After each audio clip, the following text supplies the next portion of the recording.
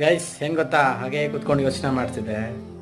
So ಇನ್ನೇನು new year ಬಂತು, ಎಲ್ಲ ಕಡೆ ಪ್ಲ್ಯಾನ್ ಆ್ಯಂಡ್ ಪ್ರಿಪ್ರೇಷನ್ಸ್ ಆಗ್ತಿದೆ. ಯಾವ ರೆಸಾರ್ಟು, ಎಲ್ಲಿ ಸೆಲೆಬ್ರೇಷನು, ಹೆಂಗೆ ಏನು ಅಂತ. ಸೊ ಮೊದಲೆಲ್ಲ ನ್ಯೂ ಇಯರ್ ಬಂದರೆ ಅಪ್ಪ ಅಮ್ಮ ದುಡಿತಾ ಇದ್ದಾಗ ನಮ್ಗೆ ಹೆಂಗಂದ್ರೆ ಎಂಜಾಯ್ಮೆಂಟು ಮಾಡ್ತಿದ್ವಿ ಆ ಥರ. ಸೊ ಈಗ ಹೆಂಗಾಗಿದೆ ಅಂದರೆ ನಾವು ದುಡಿತಾ ಇರೋದ್ರಿಂದ, ನಾವು ಜವಾಬ್ದಾರಿಗಳಿರೋದ್ರಿಂದ, ಒಂದಷ್ಟು ಕಮಿಟ್ಮೆಂಟ್ಗಳಿರೋದ್ರಿಂದ ಹೆಂಗೆ ಅನ್ಸುತ್ತಂದರೆ, ಸೊ ಅಲ್ಲಿ ಹೋಗಿ ಖರ್ಚು ಮಾಡೋದ್ರಿದ್ರೆ ಯಾವುದೋ ಒಂದು ಕಮಿಟ್ಮೆಂಟ್ಗೆ ಆಗುತ್ತಲ್ಲ, ಏನಾರು ಆಗುತ್ತಲ್ಲ ಅನ್ನೋ ಥರ ಯೋಚನೆ ಬಂದ್ಬಿಟ್ಟಿದೆ.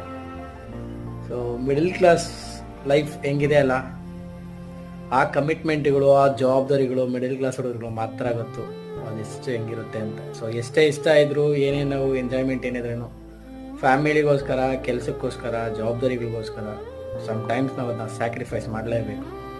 ಸೊ ಬಿಕಾಸ್ ಮಿಡಲ್ ಕ್ಲಾಸ್ ಲೈಫ್ಗಳು ಏನು ಮಾಡೋಕ್ಕಾಗಲ್ಲ, ನಿಜ ಅಲ್ವಾ?